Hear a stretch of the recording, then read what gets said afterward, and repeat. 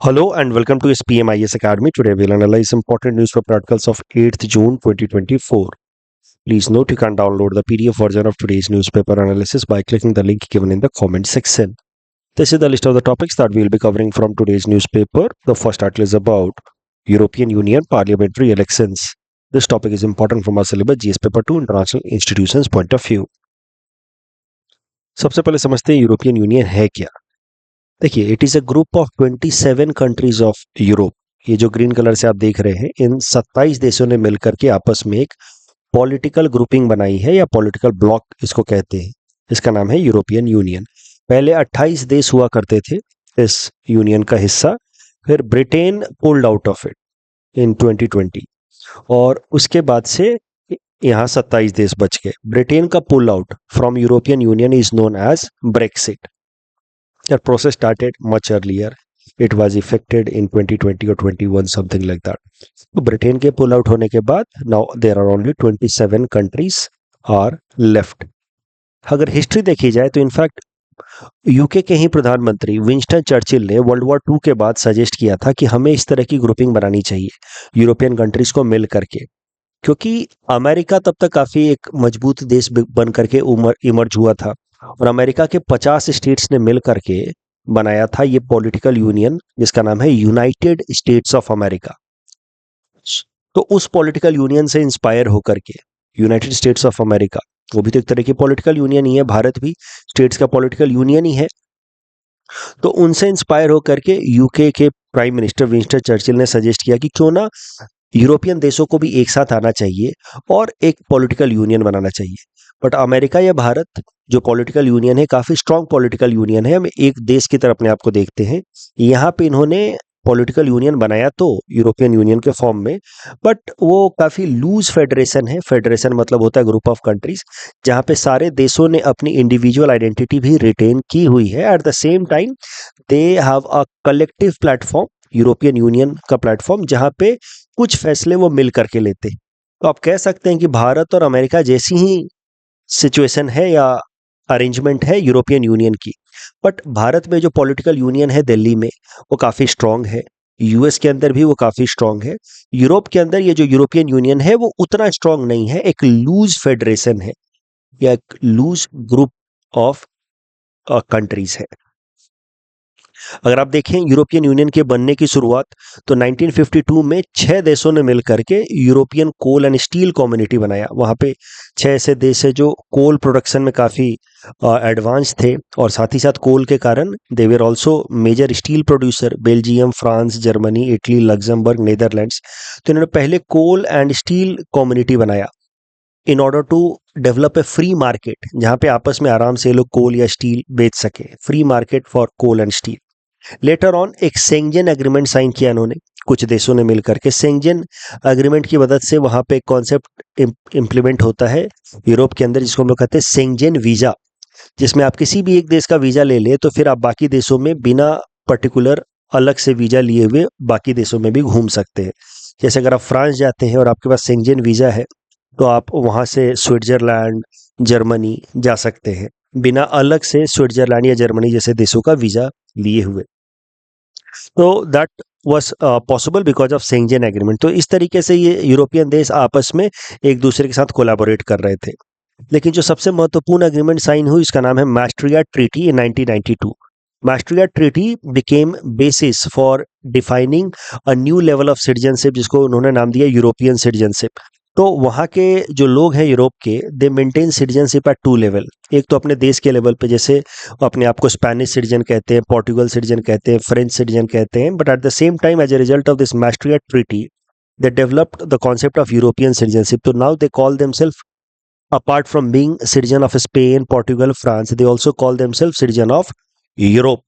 तो European citizenship का concept आया मैस्ट्रियाट ट्रीटी की मदद से, और इसी मैस्ट्रियाट ट्रीटी की मदद से फिर यूरोपियन यूनियन, ये जो पॉलिटिकल यूनियन की हम चर्चा कर रहे हैं 27 देशों की, वो बनाई गई। और इसी की मदद से फिर यूरोप के 20 देशों ने मिलकर के एक इकोनॉमिक यूनियन बनाया जिसका नाम रखा उन्होंने यूरोजोन। तो सारे के सारे तो नहीं, लेकिन 20 ने मिलकर के एक अलग से इकोनॉमिक यूनियन भी बनाया अंडर मैस्ट्रियाट ट्रीटी जिसका नाम है यूरोजोन। और यूरोजोन के देशों ने मिलकर के एक सेम करेंसी अडॉप्ट की जिस करेंसी का नाम है यूरोज। तो आप कह सकते हैं कि ये फेडरेशन तो है, ग्रुप ऑफ स्टेट्स तो हैं या ग्रुप ऑफ कंट्रीज तो हैं, बट फेडरेशन काफी लूज है। जिसका मन हुआ वो सेम करेंसी अडॉप्ट किया, जिसका मन हुआ नहीं किया। पॉलिटिकल यूनियन भी काफी लूज है, बट इंडियन और जो यूएस है वो पॉलिटिकल यूनियन काफी स्ट्रांग है। अब इनका जो पूरा का पूरा पॉलिटिकल स्ट्रक्चर है यूरोपियन यूनियन लेवल पे वो कैसा है वो जरा देखते हैं। क्योंकि इलेक्शन हो रहे हैं, मैं आगे आपको बताऊंगा कि क्यों इंपॉर्टेंट है इस साल के लिए। क्योंकि यूरोपियन यूनियन, तो जैसे भारत में सेंट्रल लेवल पे लोकसभा के इलेक्शंस हुए हैं, मोटा मोटा आप कह सकते हैं कि यूरोपियन यूनियन के इलेक्शन शुरू हुए हैं 6 तारीख से 9 तारीख तक चलेंगे। तो इस कारण से इस साल ये टॉपिक महत्वपूर्ण है, 5 साल में एक बार होता है। और आप कह सकते हैं कि ये दुनिया का दूसरा सबसे बड़ा डेमोक्रेटिक प्रोसेस है। पहला भारत, क्योंकि सबसे ज्यादा जनसंख्या में लोग पार्टिसिपेट करते हैं। दूसरे लेवल पे ये यूरोपियन यूनियन के जो लोग मिल करके अपने पार्लियामेंट का चुनाव करते हैं, उसमें इलेक्शन में पार्टिसिपेट करते हैं। दूसरा सबसे बड़ा इलेक्टोरल प्रोसेस है, इसलिए this year it is important. होता क्या है उनका, अगर पॉलिटिकल सेटअप आप देखें यूरोप का, तो यूरोप के लोग मिल करके दो तरह की लेजिस्लेटिव बॉडी चुनते हैं। एक जैसे हमारे यहाँ पे लोकसभा है, वैसे वहां पे है यूरोपियन पार्लियामेंट। और जैसे हमारे यहाँ पे राज्यसभा है, वैसे वहां पे है council of European union. European parliament में यूरोप के लोग, अलग अलग देशों के लोग अपने अपने रिप्रेजेंटेटिव चुन करके भेजते हैं यूरोपियन पार्लियामेंट में। जबकि जो अपर हाउस है वहां पे अलग अलग देश जो हैं यूरोपियन यूनियन के, वो अपने अपने रिप्रेजेंटेटिव्स को नॉमिनेट करके भेजते हैं। जैसे स्पेन अपना अलग भेजेगा नॉमिनेट करके, पोर्टुगल अलग भेजेगा। तो इस तरीके से दो लेजिस्लेटिव बॉडी बन गई साथ में, European parliament like our Lok Sabha, council of European Union like our Rajya Sabha. दोनों मिल करके फिर फैसले करते हैं, कानून बनाते हैं कुछ कॉमन मुद्दों पे, जो पूरे यूरोप में, यूरोपियन यूनियन देशों में यूनिफॉर्म तरीके से एप्लीकेबल होगा। तो ये लेजिस्लेटिव बॉडीज हैं। European parliament is elected by European citizens and council of European Union as I said is members are nominated by the respective countries. ये मिल करके फिर यूरोपियन लॉज बनाते हैं, और उन यूरोपियन लॉज को इम्प्लीमेंट करने के लिए फिर एक कमीशन है जिसका नाम है यूरोपियन कमीशन। तो जैसे हमारे देश के अंदर पार्लियामेंट है और फिर एग्जीक्यूटिव्स हैं जो कानून को इम्प्लीमेंट करते हैं, वैसे ही यूरोप के अंदर यूरोपियन लॉज को इम्प्लीमेंट करने के लिए यूरोपियन कमीशन है, जिसमें 27 देशों से एक एक मेंबर भेजे जाते हैं, one representation from each member state. तो 27 यूरोपियन यूनियन कंट्रीज हैं, तो 27 मेंबर्स मिल करके यूरोपियन कमीशन बनाते हैं, जिनका काम होता है यूरोपियन कानूनों को इम्प्लीमेंट करना। जैसा कि मैंने आपको बताया, करंट न्यूज ये है कि जो 27 मेंबर स्टेट है यूरोपियन यूनियन का, it has now started the process of voting for European parliament. अब यूरोपियन पार्लियामेंट में कैसा है कि 720 सीटें हैं, अलग अलग देशों को अलग अलग सीटें मिली हैं, अलॉट की गई हैं on the basis of their population. जैसे माल्टा के पास सिर्फ 6 सीटें हैं क्योंकि पॉपुलेशन कम है, वहीं जर्मनी के पास 96 सीटें हैं।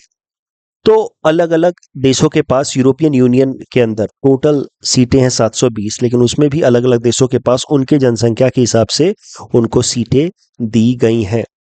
यूरोपियन पार्लियामेंट मिल करके कुछ कॉमन मुद्दों पर फैसला करते हैं। जैसे हमारे यहाँ पे कैसे यूनियन लिस्ट है, वैसे ही वहां पे यूरोपियन पार्लियामेंट के लिए कुछ मुद्दे हैं जिसपे वो फैसला करते हैं यूरोपियन पार्लियामेंट, जो कलेक्टिवली पूरे यूरोपियन यूनियन कंट्रीज पे एप्लीकेबल होते हैं। जैसे banking rules, climate, agriculture, fisheries, security, पूरा का पूरा यूरोपियन यूनियन का बजट, इन मुद्दों पे पूरा का पूरा यूरोपियन पार्लियामेंट ही फैसला करता है। इस टॉपिक के बेसिस पे ये प्रीलिम्स प्रैक्टिस क्वेश्चन हमने आपको दे रखा है। Please attempt this question and submit the answer in the comment section. As I told you, for upcoming prelims, European Parliament and its electoral process is going to be important. Mains में भी हो सकता है कि वो आपसे compare करने को बोल दे कि इंडियन यूनियन को कंपेयर करें आप यूरोपियन यूनियन से। वहां पे आपको मेनली इसी लाइन पे डील करना है कि Indian union is indestructible union of destructible states, जबकि European union is destructible union of indestructible states. I am so sorry, destructible union of indestructible states European union. तो कैसे वहां पे ब्रेक्सिट हो गया, ब्रिटेन निकल करके चला गया, 28 देशों से 27 हो गया यूरोपियन यूनियन, लेकिन भारत में ऐसा नहीं हो सकता कि कोई स्टेट अपने लेवल पे फैसला कर ले कि नहीं, मैं इंडियन यूनियन का हिस्सा रहना नहीं चाहता। तो ये सब कुछ डिफरेंसेस है, बट मोटा मोटा इंडियन यूनियन है, वैसे यूरोपियन यूनियन है। हमारे यहाँ पे कुछ लॉज यूनियन लिस्ट में है, कुछ मुद्दे यूनियन लिस्ट में, कुछ स्टेट लिस्ट में है, वैसे ही उनके यहाँ भी यूरोपियन यूनियन के लिए कुछ फैसले हैं, कुछ टॉपिक्स हैं जिस पे यूरोपियन पार्लियामेंट मिल करके फैसला करता है। एक और अंतर है, हमारे यहाँ पे सिंगल सिटीजनशिप का कॉन्सेप्ट है, वहां पे ड्यूअल सिटीजनशिप का कॉन्सेप्ट है। Citizenship at the level of country they practice Spanish, Portugal. At the same time, they also consider citizenship at the level of Europe, to which they call European citizen. तो ये सब कुछ बातें हैं। Indian polity का जो आपका syllabus उसमें लिखा हुआ है, कॉन्स्टिट्यूशन को कंपेयर करना है with different constitutions of the world. तो मोटा मोटा यहाँ से प्रश्न पूछा जा सकता है। मैं इसलिए इसमें एम्फेसाइज कर रहा हूँ क्योंकि संयोग की बात है कि यूरोपियन पार्लियामेंट का इलेक्शन और भारत में लोकसभा का इलेक्शन एक साथ लगभग हुआ है, तो शायद से प्रश्न बन जाए। Next topic is impact of coalition government on economy. आने वाली जो एपीएससी मेंस एग्जाम है उसके लिए ये टॉपिक मुझे लगता है काफी महत्वपूर्ण है, क्योंकि एपीएससी के अंदर भी पेपर वो लोग काफी सोच समझ के बनाते हैं और करंट मुद्दों के ऊपर क्वेश्चन फ्रेम करते हैं। तो आपको पता है कि भारत के अंदर अभी कोलिशन सरकार आई है, तो ये टॉपिक इंपॉर्टेंट होने वाला है। This topic is important from our syllabus GS paper 3 Indian economy point of view. तो ये जो currently 18th Lok Sabha election conduct कराए गए उसके रिजल्ट के बाद अब एक बात तो तय है कि वापस से हमारे देश के अंदर कोलिशन यानी कि गठबंधन की सरकार लौटेगी।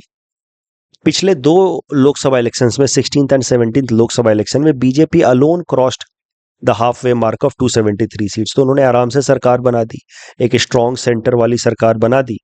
बट अब वापस से कोलिशन पॉलिटिक्स चलेगा, गठबंधन की सरकार चलेगी जिसमें जेडीयू के नीतीश कुमार जी का सहयोग होगा और उसके अलावा तेलुगु देशम पार्टी चंद्रबाबू नायडू का सपोर्ट मुख्य रहेगा इस कोलिशन सरकार में, जिसको हम लोग कहेंगे एनडीए की सरकार, नेशनल डेमोक्रेटिक अलायंस।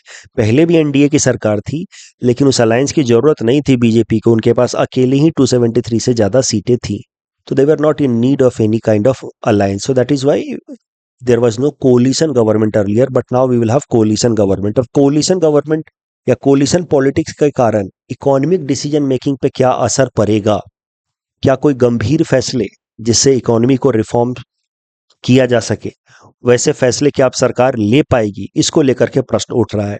एक दिन पहले ही rating agencies, international rating agencies के बारे में मैंने कुछ दिनों पहले आपको बताया था, मूडी, फिच, एस&पी, इन लोगों ने भी कह दिया है कि चूंकि वहां पे कोलिशन सरकार आई है भारत में, तो अब उनके लिए मेजर रिफॉर्म्स ला पाना कठिन होगा भारत के लोगों के लिए या भारत की सरकार के लिए, और इस कारण से मे भी आने वाले टाइम में हमारी रेटिंग फिर से खराब हो। उसके अलावा Montek Singh Ahluwalia, farmer deputy chairman of planning commission, उन्होंने कहा है कि 1991 के बाद से 2014 तक भारत में सिर्फ और सिर्फ कोलिशन पॉलिटिक्स रहा, गठबंधन की सरकार रही, जिस कारण से उन्होंने एक टर्म इस्तेमाल किया, strong consensus for weak reforms. मतलब रिफॉर्म्स कभी हो नहीं पाए अच्छे से, इकोनॉमिक रिफॉर्म्स।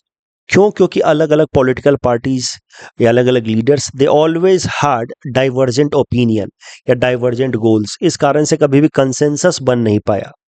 वहीं मोंटेक सिंह आहलूवालिया कहते हैं कि पिछले 10 सालों में जब एक स्ट्रॉन्ग सेंटर वाली सरकार बनी विथ फुल मेजॉरिटी, तो मेजर इकोनॉमिक रिफॉर्म्स वाले फैसले आए, जैसे जीएसटी, इनडायरेक्ट टैक्स रिफॉर्म्स लाया गया 2017 में, इंसॉल्वेंसी एंड बैंकरप्सी कोड लाया गया 2016 में।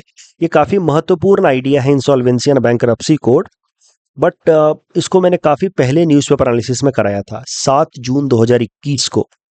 अगर आपको इसको डिटेल में समझना है कि इंसॉल्वेंसी एंड बैंकरप्सी कोड है क्या, तो आप वो 7 जून 2021 का न्यूज़पेपर एनालिसिस देख सकते हैं।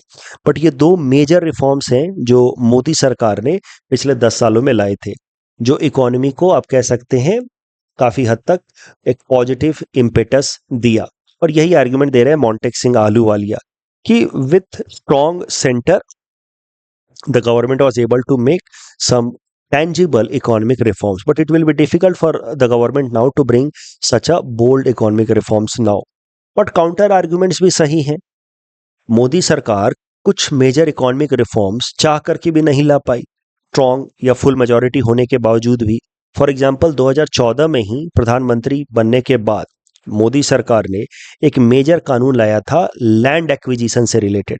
तो लैंड एक्विजिशन एक मेजर कंसर्न है भारत के अंदर इंफ्रास्ट्रक्चरल डेवलपमेंट में हिंड्रेंस की बात की जाए तो, क्योंकि अगर कुछ भी बनाना है, रोड बनाना है, रेलवे लाइन बिछाना है, तो लैंड एक्वायर करना होगा, और लैंड एक्वायर करने में मेजर प्रॉब्लम क्या होता है? Right to property. Few days ago we were discussing कि earlier right to property was तो fundamental right, but till date it remains a constitutional right and there is a statutory provision also, कानून भी है right to property को protect करने के लिए, जिस कारण से लैंड एक्विजिशन करा पाना काफी कठिन होता है फॉर इंपॉर्टेंट इंफ्रास्ट्रक्चरल प्रोजेक्ट्स। तो मोदी सरकार ने 2014 में इस प्रॉब्लम को आइडेंटिफाई करते हुए कि land acquisition is a major problem in economic development, उन्होंने लैंड एक्विजिशन लॉज में एक मेजर अमेंडमेंट लाया था। उस अमेंडमेंट के हिसाब से अगर कोई भी क्रिटिकल इंफ्रास्ट्रक्चर डेवलप हो रहा है जो देश के लिए क्रिटिकल है, और वो सरकार डिसाइड करेगी कि ये क्रिटिकल इंफ्रास्ट्रक्चर है, बट किसी भी इंफ्रास्ट्रक्चरल प्रोजेक्ट को अगर क्रिटिकल टैग मिल गया तो फिर उसके लिए लैंड एक्विजिशन जो है वो काफ़ी स्ट्रिंजेंट तरीके से किया जाएगा, जो प्राइवेट लैंड के ओनर्स हैं वो मना नहीं कर पाएंगे। तो ये काफ़ी स्ट्रिंजेंट या स्ट्रॉन्ग कानून लेकर के आ रही थी मोदी सरकार 2014 में ही, पहली बार ही फुल मेजोरिटी के साथ पावर में आने के बाद। लेकिन इतना क्रिटिसिज्म हुआ कि मोदी सरकार को ये कानून वापस लेना पड़ा, डाइल्यूट करना पड़ा। सिमिलरली 3 फार्म लॉज लेकर के आए थे एग्रीकल्चर सेक्टर में मेजर रिफॉर्म्स के लिए, लेकिन फिर इतना प्रोटेस्ट हुआ कि 2021 में वो फार्म लॉज को वापस लेना पड़ा। तो ये सब आर्ग्यूमेंट देकर के ये साबित करने की कोशिश की जा रही है कि सिर्फ सेंटर में मेजॉरिटी होने से सरकार सारे फैसले या सारे रिफॉर्म्स ला ही दे, कोई जरूरी नहीं है। तो टू आर्ग्यू कि when there were when there was a strong center with full majority then only economic reforms could happen, otherwise it cannot, ये आर्ग्यूमेंट गलत है। इसके लिए आप काउंटर आर्ग्यूमेंट्स भी ये दे सकते हैं कि मोदी सरकार भी तो 2-2 रिफॉर्म्स चाह करके नहीं ला पाई, और उसके अलावा जो प्रीवियस कोलिशन सरकारें रही हैं, गठबंधन की सरकारें रही हैं, उन्होंने भी काफ़ी सारे मेजर इकोनॉमिक रिफॉर्म्स लिए हैं। जैसे पीवी नरसिम्हा राव की सरकार ने एलपीजी रिफॉर्म्स लाए थे 1991 में, देव गौड़ा जी की सरकार थी 1997 में, तो उस टाइम के फाइनेंस मिनिस्टर पी चिदम्बरम साहब ने एक बजट रखा था पार्लियामेंट में, जिसको आज तक कहा जाता है ड्रीम बजट। जिस तरीके से उन्होंने टैक्स रेट्स कट किए थे, income tax, corporate tax, custom duty, जिससे सरकार और टैक्स पेयर्स के बीच में काफ़ी बेहतर ट्रस्ट डेवलप हुआ था। इसी कारण से उस बजट को कहा जाता है ड्रीम बजट। तो ये सारे रिफॉर्म्स तो कोलिशन सरकार लेकर के आई थी। अटल बिहारी वाजपेयी की सरकार एक मेजर इकोनॉमिक रिफॉर्म एक्ट लेकर के आई थी, एफआरबीएम एक्ट, वो भी तो कोलिशन की ही थी। मनमोहन सिंह जी की सरकार इंपॉर्टेंट कानून लेकर के आई फॉर वेलफेयर, जैसे कि एमजी नरेगा या नेशनल फूड सिक्योरिटी एक्ट, ये भी कोलिशन की ही थी। तो ये आर्ग्यू करना कि कोलिशन की सरकारें इकोनॉमिक रिफॉर्म्स कर ही नहीं सकती, ये भी वैलिड नहीं है। और ये कहना कि अगर मेजॉरिटी वाली सरकार होगी तो वो सारे इकोनॉमिक रिफॉर्म्स कर ही लेगी, ये भी वैलिड नहीं है। मेजॉरिटी के बावजूद भी मोदी सरकार लैंड एक्विजिशन लॉज और 3 फार्म लॉज में जो अमेंडमेंट किया था उसको इम्प्लीमेंट नहीं करा पाए। तो मुझे लगता है इस तरीके का प्रश्न या कुछ और इस डायरेक्शन में इस बार मेंस में आ सकता है कि explore the possibilities of economic reforms under coalition politics and what steps could be taken in order to build consensus and advance reforms. तो आपको बताना होगा थोड़ा सा करंट के साथ, आप इंट्रोडक्शन की शुरुआत कर सकते हैं कि Indian political system has return to coalition politics after 10 years with 18th Lok Sabha election. फिर आप मोंटेक सिंह आलूवालिया जी का सीधा सीधा नाम भी लिख सकते हैं कि उन्होंने कहा है कि it will be difficult to build now consensus और economic reforms will be difficult. फिर काउंटर आर्ग्यूमेंट करेंगे और फिर सजेस्ट करेंगे कि आप कोलिशन के बावजूद भी इकोनॉमिक रिफॉर्म्स कैसे हो सकते हैं। तो फेडरलिज्म को प्रमोट करना चाहिए, खासकर फिस्कल फेडरलिज्म को, consensus building, most importantly incremental reforms लाए जाए, ना कि फंडामेंटल रिफॉर्म्स। इस तरीके से आप आंसर बिल्ड कर सकते हैं। The next topic is about goal of RBI next 10 years. This topic is important for our syllabus GS paper 3 Indian economy point of view. ये काफी अच्छा आर्टिकल है, इंडियन एक्सप्रेस में आया है। आप देख सकते हो कि आरबीआई ने एक रिपोर्ट पब्लिश की है। आरबीआई के हाल फिलहाल में 90 साल पूरे हुए हैं। आरबीआई वाज एस्टैब्लिश्ड इन 1934, तो उसके 90 साल पूरे हुए हैं। अब आरबीआई एक रिपोर्ट लेकर के आई है, aspirational goals for RBI at 100। तो मतलब जब तक हमारे 100 साल पूरे होंगे तब तक हमारे लिए क्या क्या महत्वपूर्ण टारगेट्स हैं, और इसमें उन्होंने 3 मुख्य टारगेट अपने लिए रखे हैं। एक फुल कैपिटल अकाउंट कन्वर्टिबिलिटी, ये क्या होता है वो देखेंगे। इंटरनेशनलाइजेशन ऑफ रुपी, इसके बारे में भी डिटेल में देखेंगे। बट ये 3 मुख्य टारगेट आरबीआई ने अपने लिए रखे हैं। तीसरा टारगेट है यूनिवर्सलाइजेशन ऑफ डिजिटल पेमेंट, जैसे कि यूपीआई, आरटीजीएस, एनईएफटी या ई रूपी। इसको तो हमने कई दफ़ा पहले भी हाल फिलहाल में न्यूज़पेपर एनालिसिस में देखा है कि यूपीआई क्या होता है। आरटीजीएस और एनईएफटी तो ऑनलाइन पेमेंट के तरीके हैं बस, और ई रूपी पे तो एपीएससी में प्रीलिम्स में प्रश्न भी आया, कुछ दिन पहले भी हमने न्यूज़पेपर एनालिसिस में देखा ही था। ये तीसरा पॉइंट तो मैं मान के चल रहा हूँ कि आपको पता है, फिर कुछ दिनों बाद मैं डिस्कस कर दूंगा। बट ये दो जो बाकी के टारगेट्स हैं आरबीआई के अगले 10 सालों के लिए, full capital account convertibility and internationalisation of रुपी, इनके बारे में थोड़ा डिटेल में देख लेते हैं।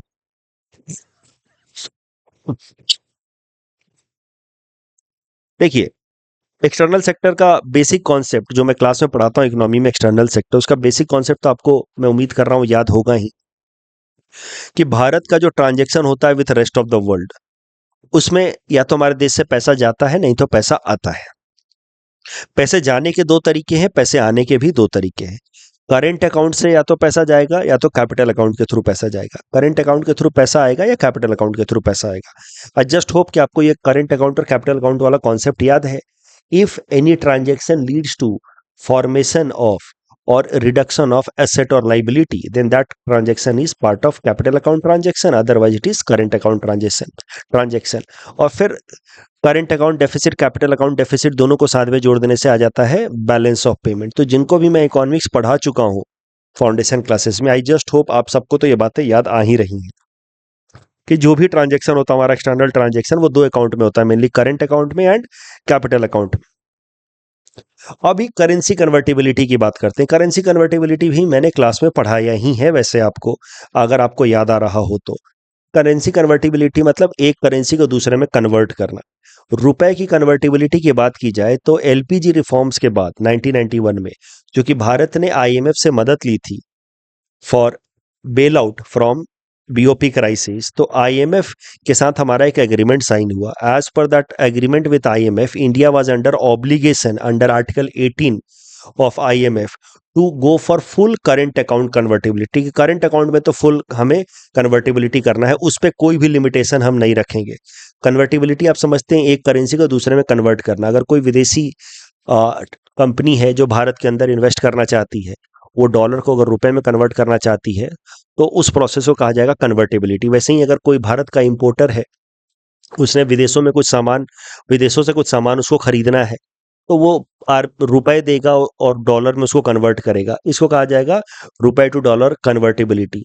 तो इस तरीके से कन्वर्टिबिलिटी की जाती है एक करेंसी की दूसरे में।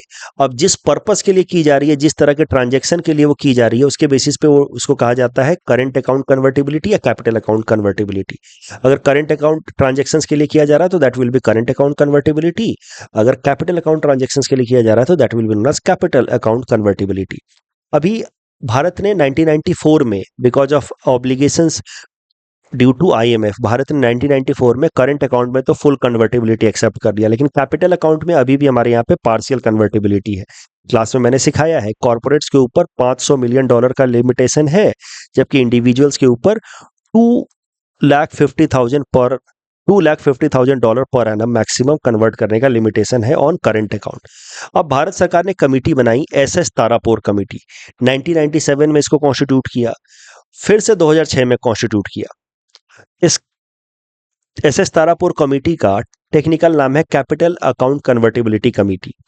तो बेसिकली इस कमेटी को भारत सरकार ने काम दिया है कि आप बताओ कि कैसे कैसे भारत अल्टीमेटली कैपिटल अकाउंट में भी कन्वर्टिबिलिटी अटेन कर सकता है without much negative repercussions on Indian economy.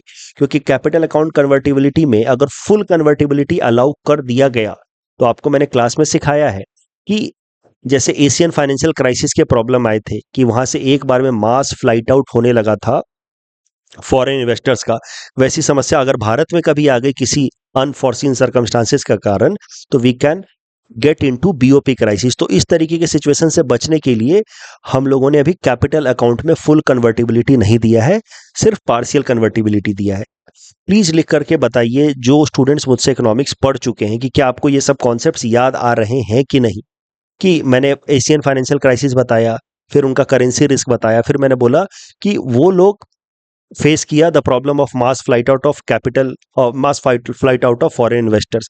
इस तरह की सिचुएशन भारत में ना हो, इसलिए भारत ने कैपिटल अकाउंट पे पार्शियल कन्वर्टिबिलिटी लगा रखी है। बट कैपिटल अकाउंट में पार्शियल कन्वर्टिबिलिटी के कारण नेगेटिव इंपैक्ट क्या होता है कि फॉरेन इन्वेस्टर्स हमारे देश के अंदर इन्वेस्ट करने से पहले हेजिटेट करते हैं। तो इसी कारण से भारत सरकार ने एस एस तारापुर कमेटी बनाई, उनको रिकमेंडेशन देने के लिए कहा गया कि क्या क्या चीजें हमें फुलफिल करने के बाद ultimately full capital account convertibility हम अटेन कर सकते हैं। तो एस एस तारापुर कमेटी के रिकमेंडेशंस के हिसाब से पहले फिस्कल कंसोलिडेशन करना होगा, मतलब हमारा डेट टू जीडीपी रेशियो को घटाना होगा, फिस्कल डेफिसिट को भी कंट्रोल में लाना होगा, बैंक्स का नॉन परफॉर्मिंग एसेट को घटाना होगा, करंट अकाउंट डेफिसिट घटाना होगा। अगर ये तीनों चीजें हम कंट्रोल कर लेते हैं, then as per S S Tarapore committee we can switch to full capital account convertibility as well. उसके अलावा the concept of internationalisation of rupee, मतलब भारतीय रुपया का ज्यादा से ज्यादा इंटरनेशनल ट्रेड में इस्तेमाल हो, इंटरनेशनल ट्रांजैक्शन में इस्तेमाल हो। इससे फायदा क्या होगा कि हमारी करेंसी भी इंटरनेशनल लेवल पे जब इस्तेमाल होगी तो आईएमएफ के हार्ड बास्केट ऑफ करेंसी में हमारी करेंसी भी अडॉप्ट हो सकती है। उसके अलावा अगर हमारी करेंसी में इंटरनेशनल ट्रेड होने लगा तो फिर हमारा बीओपी क्राइसिस का खतरा हमेशा के लिए टल जाएगा। अमेरिका को कभी बीओपी क्राइसिस हो सकता है क्या? कभी नहीं, क्योंकि पूरी दुनिया डॉलर में ट्रेड कर रही है। वो डॉलर छाप सकता है तो डॉलर में वो छाप करके वो ट्रेड कर लेगा। मतलब तो if your currency is a hard currency, international currency, then you become sort of beyond any vulnerability, you now will never face BOP crisis. तो भारत भी चाहता है, यही आरबीआई का दूसरा गोल, कि लॉन्ग रन में 10 साल में हमें भी अपने रुपी का इंटरनेशनलाइजेशन करना है। और इसके लिए आरबीआई ने एक कमेटी भी बनाई, राधे श्याम राठौ कमेटी। राधे श्याम राठौ कमेटी को काम दिया गया है कि आप सजेस्ट करो कि क्या क्या मेजर्स लिए जा सकते हैं in order to internationalise rupee. Radhe Shyam committee ने सजेस्ट किया है कि शॉर्ट रन में तो हमें ज़्यादा से ज़्यादा इंटरनेशनल ट्रांजैक्शंस प्रमोट करने हैं रुपए में। उसके लिए कहीं पे यूपीआई चला दो, फ्रांस वगैरह में, जहाँ पे आराम से रुपए में पेमेंट हो पाए। तेल खरीदो, हम लोग रसिया से तेल खरीद रहे हैं आईएनआर में, रुपए में, फायदा उठा करके इस करंट जो सैंक्शन लगा हुआ है रसिया के ऊपर because of European countries and US, उसका फायदा उठा करके भारत रसिया से तेल खरीद रहा है, क्रूड ऑयल, और पेमेंट कर रहा है रुपए में। तो एक तरीका इंटरनेशनल पेमेंट में रुपए का शेयर बढ़ाने का। उसके अलावा इंडिया अलग अलग देशों के साथ बायलैटरल लेवल पे, जैसे श्रीलंका वगैरह, इनके साथ रुपए में डील करने की कोशिश कर रहा है। तो ये सब कुछ तरीके हैं जिससे शॉर्ट रन में हम लोग रुपए का ज़्यादा यूज बढ़ा सकते हैं इंटरनेशनल ट्रांजैक्शंस में। लॉन्ग रन में हमारा लक्ष्य होना चाहिए कि रुपए को हम लोग इंक्लूड करा दें in SDR, special drawing rights of IMF. एक कन्वर्टिबिलिटी वाले टॉपिक पे यूपीएससी ने साल 2015 में ये प्रश्न पूछा था। Please attempt this question and submit the answer in the comment section. Next topic is about RBI monetary policy review. This topic is important for our syllabus GS paper 3 Indian economy point of view. हर 2 महीनों पे RBI monetary policy review करती है, ये मैंने आपको class में भी सिखाया है। उसको कहते हैं हम लोग cyclic monetary policy review. Monetary policy review करने वाली जो बॉडी है उसका नाम है मॉनेटरी पॉलिसी कमेटी। 6 लोगों की कमेटी होती है जिसके चेयरमैन होते हैं आरबीआई के गवर्नर। उसके अलावा 2 आरबीआई के डिप्टी गवर्नर उसका मेंबर होते हैं, और 3 मेंबर सिर्फ जो है वो नॉमिनेट किए जाते हैं भारत सरकार द्वारा। कोई भी फैसला मॉनेटरी पॉलिसी कमेटी में किया जाता है on the basis of voting, और जो मेजॉरिटी वोट होता है वो जिस रेजोल्यूशन पे वही फैसला अडॉप्ट किया जाता है। ये सब बेसिक कॉन्सेप्ट्स मैं हर बार आपको क्लास में भी सिखाता हूँ। हर 2 महीने पे जब मॉनेटरी पॉलिसी रिव्यू होती है तो फिर न्यूज़पेपर एनालिसिस में भी बताता हूँ, ताकि आप ये कॉन्सेप्ट भूले नहीं। और जैसा कि मैंने आपको क्लास में भी सिखाया कि अगर मॉनेटरी पॉलिसी कमेटी के वोटिंग में अगर टाई हो जाता है तो फिर आरबीआई के गवर्नर के पास होता है कास्टिंग वोट डालने का पावर, यानी कि फिर वो जो चाहते हैं वो फैसला लिया जाएगा। अभी कई महीनों से आरबीआई लगातार रेपो रेट को कंटिन्यू कर रही है, इस बार भी यही हुआ है। कई महीनों से मैं यही सिखा रहा हूँ, हर 2 महीने पे मॉनेटरी पॉलिसी रिव्यू होती है। मैं आपको बोलता हूँ कि RBI has continued with the repo rate of 6.5%। Repo rate in the classroom also we have seen is the most important monetary policy rate which has been retained like this 6.5% since January 2023। क्यों repo rate न बढ़ा रही है या घटा रही है RBI? कारण सरल है, Indian economy is facing the problem of stagflation, relatively lesser growth as compare to our expectations and inflation on the higher side. कोई बहुत ज्यादा नहीं बट माइल्ड स्टैगफ्लेशन का प्रॉब्लम है। ऐसे हालत में अगर हम लोग रेपो रेट घटाते हैं तो इन्फ्लेशन और बढ़ जाएगा, because that would be expansionary monetary policy.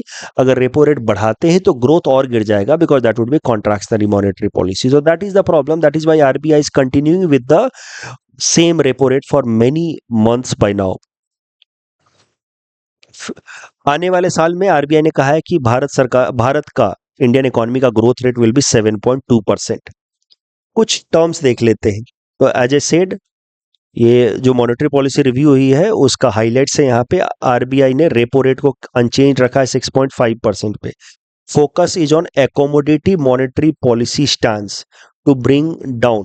Focus is on withdrawal of accommodative monetary policy stance to bring down inflation. ये वाला टर्म इंपॉर्टेंट है। Focus on withdrawal of accommodative monetary policy stance to bring down inflation. Accommodative stance क्या होता है? Accommodative stance होता है expansionary fiscal या monetary policy. Accommodative stance तो मैंने क्लास में आपको सिखाया है expansionary policy and contractionary policy, right. Expansionary policies के लिए एक दूसरा शब्द भी इस्तेमाल होता है एकोमोडेटिव स्टांस। तीसरा शब्द भी इस्तेमाल होता है डॉविश मॉनेटरी पॉलिसी स्टांस। चौथा भी मैंने क्लास में आपको सिखाया इजी मनी पॉलिसी। ये सब शब्द इस्तेमाल होते हैं एक्सपेंशनरी मॉनेटरी पॉलिसी के लिए। और कॉन्ट्रैक्शनरी मॉनेटरी पॉलिसी के लिए भी अलग अलग शब्द इस्तेमाल होते हैं। एक हो गया कॉन्ट्रैक्शनरी मॉनेटरी पॉलिसी, दूसरा हो गया withdrawal of accommodative monetary policy, तीसरा हो जाता है हॉकिश मॉनेटरी पॉलिसी और चौथा हो जाता है टाइट मनी पॉलिसी। तो इस तरीके से एक्सपेंशनरी और कॉन्ट्रैक्शनरी पॉलिसीज को अलग अलग नाम से जानते हैं। उसके अलावा एक और महत्वपूर्ण फैसला, ये तो मैंने आपको बता ही दिया कि ग्रोथ रेट हमारा 7.2% के आसपास रहेगा आरबीआई के हिसाब से in the upcoming fiscal year. Forex reserve हमारा लगभग $651 बिलियन पे बढ़ गया है, which is very high and that makes India quite comfortable as far as our BOP is concerned. हमारा करंट अकाउंट डेफिसिट भी कंट्रोल में है। बट एक फैक्चुअल चीजें हैं पीटी पर्सपेक्टिव से, बल्क डिपॉजिट का थ्रेशोल्ड बढ़ा करके 3 करोड़ कर दिया है आरबीआई ने। मतलब 3 करोड़ से कम का जो भी एफडी होगा बैंक में उसको कहा जाएगा रिटेल डिपॉजिट, और 3 करोड़ से ज्यादा का एफडी होगा उसको कहा जाएगा बल्क डिपॉजिट। पीटी पर्सपेक्टिव से फैक्चुअल चीजें हैं, प्रीलिम से पहले रिवाइज करेंगे। जैसा कि मैंने आपको कहा कि मॉनेटरी पॉलिसीज को दो नाम से और जानते हैं। Hawkish monetary policy means contractionary monetary policy, dovish monetary policy मतलब एक्सपेंशनरी मॉनेटरी पॉलिसी। एक्सपेंशनरी मतलब repo rate will be cut, hawkish मतलब कॉन्ट्रैक्शनरी मतलब repo rate will be increased. तो 4 टर्म मैंने सिखाए। कॉन्ट्रैक्शनरी के लिए विड्रॉल ऑफ एकोमोडेशन, हॉकिश या फिर टाइट मॉनेटरी पॉलिसी। एक्सपेंशनरी के लिए accommodative stance, dovish monetary policy या फिर easy money policy. Golan height से संबंधित कल आपको प्रश्न दिया था, that is associated with middle east. IPEF is not technically a free trade agreement. So first statement is wrong, but second is right. Tuberculosis से related again पहला सही है, दूसरा गलत है. It is not caused by protozoa but a bacteria. That's all from our side for today. Thanks for watching.